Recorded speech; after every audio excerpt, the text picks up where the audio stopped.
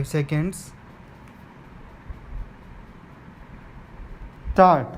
Madam Deputy Chairman, I thank my friends for supporting the motion of thanks to the President.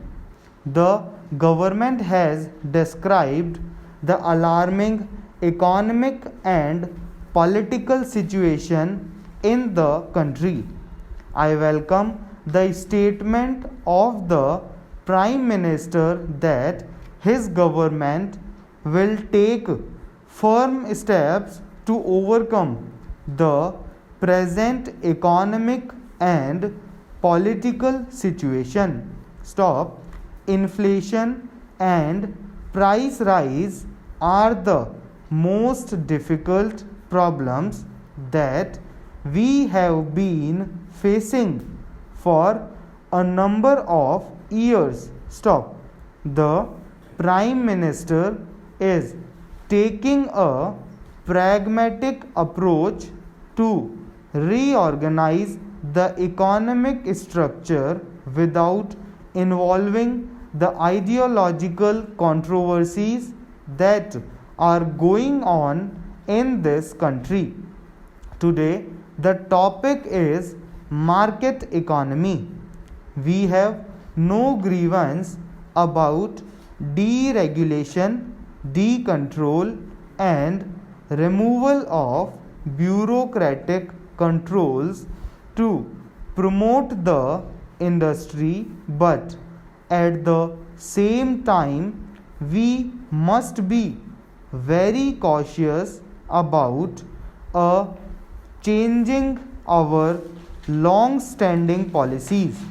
India has always been a deficit country, and with the hand to mouth availability of essential commodities that we are facing, we are depending heavily on imported essential commodities, including edible oils and petroleum products. So, we must be very cautious about implementing the slogan of market economy.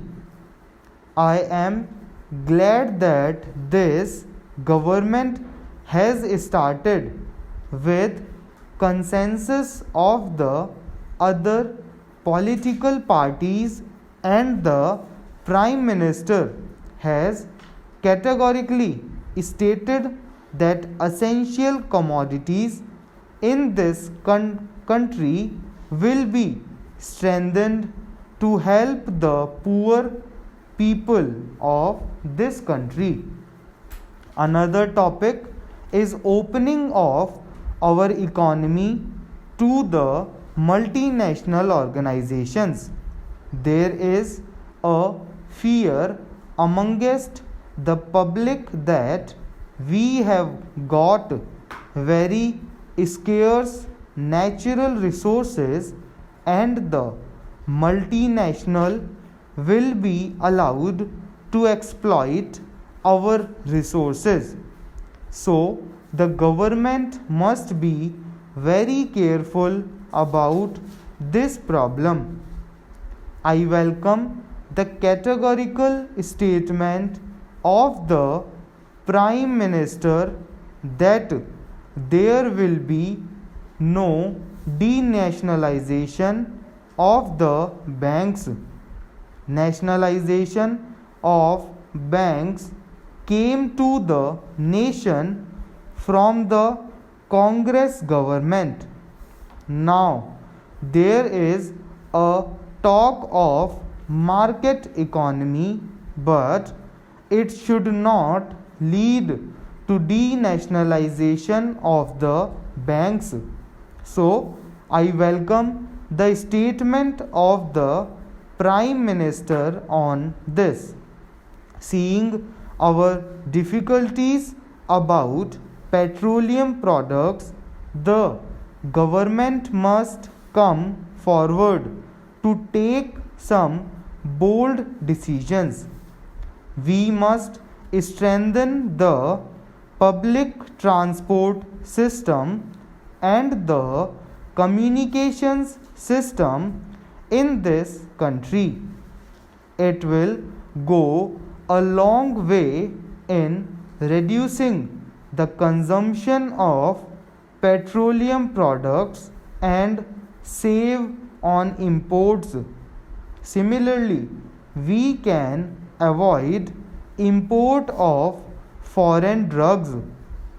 We can encourage indigenous manufacture of medicines in this country. The difficulty is that this country is facing dual pricing policy. Stop. Para. Mr. Speaker, sir, in the last 50 years, our food grains production has increased 4 times. Import of food grains for the people is the thing of the past.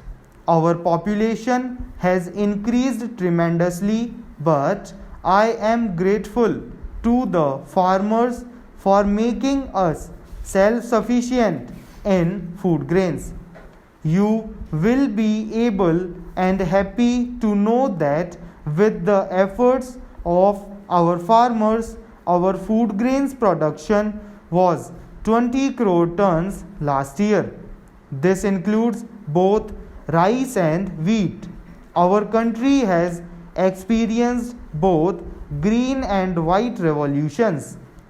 Due to the white revolution, India today is the world's largest producer of milk. Our focus today is to improve agricultural production. That is why the areas that receive meager rainfall need special attention.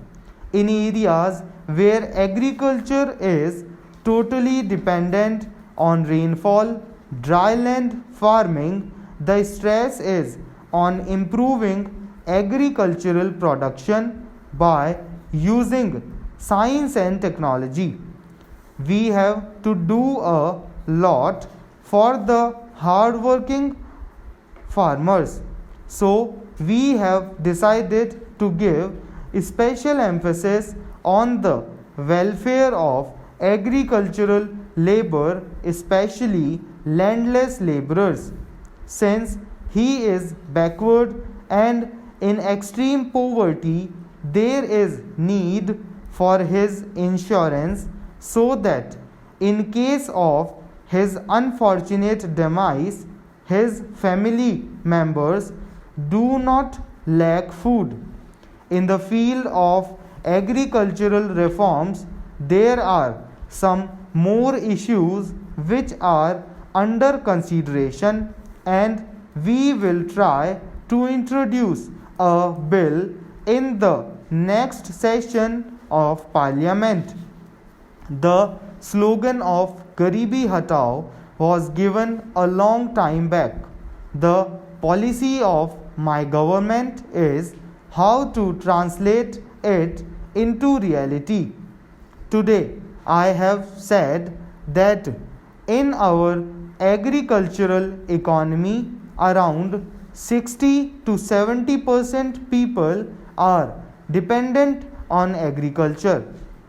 It is with extreme sadness that I say that the land reforms have not been sadness implemented honestly. Our country cannot progress unless people who actually work on fields get the land. Therefore, I prompt you, especially those states where land reforms have not been implemented, to lay stress on this and to formulate such a program that within the next 1 or 2 years it will translate into the reality. Full stop. Para. Mr. Vice Chairman, sir, this policy is being followed for the past many years of levy price and market price.